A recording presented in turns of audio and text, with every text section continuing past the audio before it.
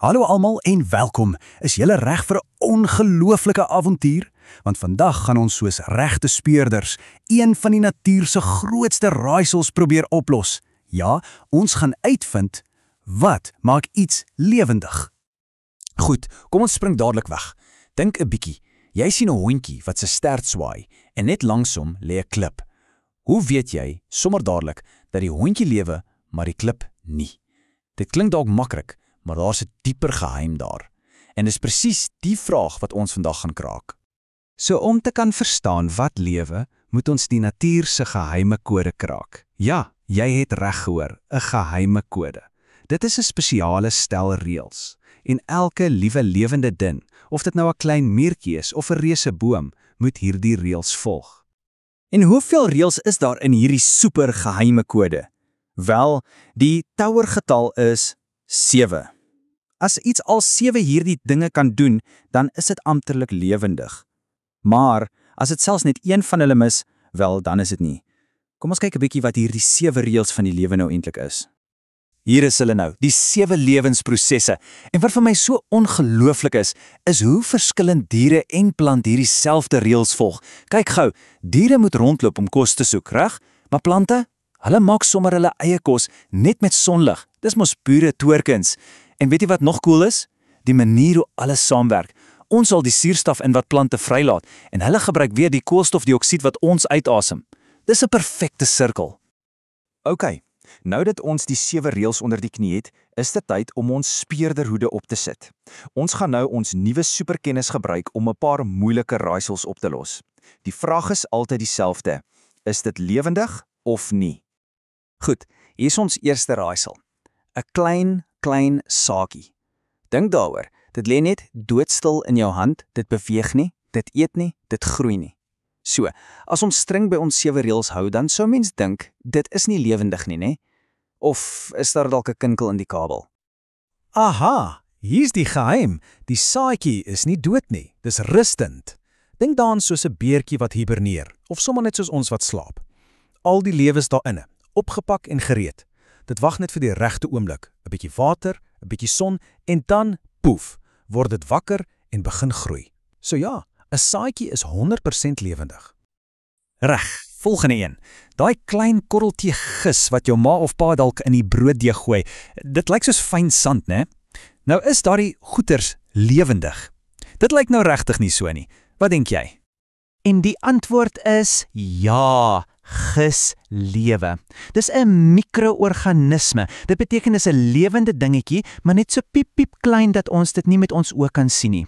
En as jy dit 'n bietjie warmte en suiker gee in daai brooddeeg, dan word dit wakker, begin dit asemhaal en stel dit gas vry. En daardie gasborreltjies is presies wat die brood so lekker laat rys. Nou, hier is iets belangriks om te onthou. Soms kan 'n deel van 'n lewende ding wel nie meer lewendig wees nie. Dink daaraan. As 'n tak van 'n boom afval, is daardie tak nie meer lewendig nie. Maar die boom is nog springlewendig. Dieselfde met 'n blaar wat afval of 'n veer wat 'n voël verloor. Die boom en die voël lewe nog, al is daardie klein deeltjie nie meer nie. OK, so ons verstaan nou die reëls van wat lewe beteken. Kom ons kyk nou 'n bietjie nader na hoe hierdie lewende dinge eintlik gebou is. Dit is soos om die blouprint van 'n gebou te bestudeer. En ons begin met die ongelooflike bouplan van 'n plant. So, waar begin ons? Onder die grond natuurlik, by die wortels. Die wortels dien 2 superbelangrike take. Eerstens is hulle soos 'n skip se anker. Hulle hou die plant stewig vas in die grond. En tweedens is hulle die plant se eie ingeboude strooitjie wat al die lekker water en kos uit die grond opsuig. Van die wortels af beweeg ons op na die stingel. Jy kan aan die stingel dink as die plant se ruggraat. Dit hou alles sterk en regop. Maar dis ook soos 'n besige hoofweg, of dalk 'n huispak, wat al daai water van die wortels af heeltemal boontoe stuur, tot by die blare en blomme. En dan kom ons by die plant se enginekamer, die blare. Hier gebeur die ware toorkuns. Blare is soos klein sonkragfabrieke. Hulle vang die son se lig en verander dit in kos vir die hele plant. Hulle haal selfs asem deur piepklein gaatjies wat ons nie eers kan sien nie. Hoe ongelooflik is dit nie?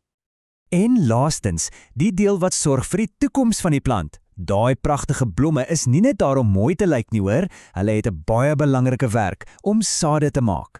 Daai sade word dan lekker veilig opgepas binne in 'n vrug en hulle wag net vir die perfekte kans om te val en in 'n splinternuwe plant te groei. Maar nou moet jy nie dink alle plante lyk presies dieselfde nie, glad nie. Kyk gou hier. By 'n wortelplant is die groot oranje deel wat ons eet, die wortel. Maar by 'n ei is die groot ronde deel wat ons eet eintlik 'n opgepofte stam en die worteltjies is daai klein haartjies onder. Die natuur is so kreatief en daar is duisende verskillende bouplanne. Goed, ons het die bouplan van plante nou mooi bekyk. Nou is dit tyd om oor te skakel na die diereryk. Kom ons kyk 'n bietjie hoe diere aan mekaar gesit is. By die meeste diere begin ons met die kop. Dis die beheersentrum, die control room. Hier binne is die brein, die oë, die ore, die neus, alles wat die dier help om te weet wat hom aangaan. En dan het ons die lyf, wat soos 'n sterk veilige kas is, wat al die belangrike organe soos die hart en die longe oppas. Diere moet natuurlik kan rondbeweeg. So hulle het ledemate. Dit kan bene wees om mee te loop en hardloop, vlerke om te vlieg of vinne om te swem. En daai stert, dis nie net vir die mooi nie. Nee, 'n stert is 'n super instrument. Diere gebruik dit vir balans, om met mekaar te gesels en selfs as 'n kombersie om warm te bly. Die sintuie is natuurlik krities vir oorlewing. Dis hoe diere kos vind en hoe hulle weet wanneer gevaar naby is. En om hulle hele liggaam te beskerm, het elke dier 'n spesiale bedekking, amper soos 'n jas wat perfek vir hulle gemaak is. Kom ons kyk gou na 'n paar van hierdie verskillende jasse. Eerstens hare. Dink aan 'n kat, 'n leeu of selfs aan ons mense.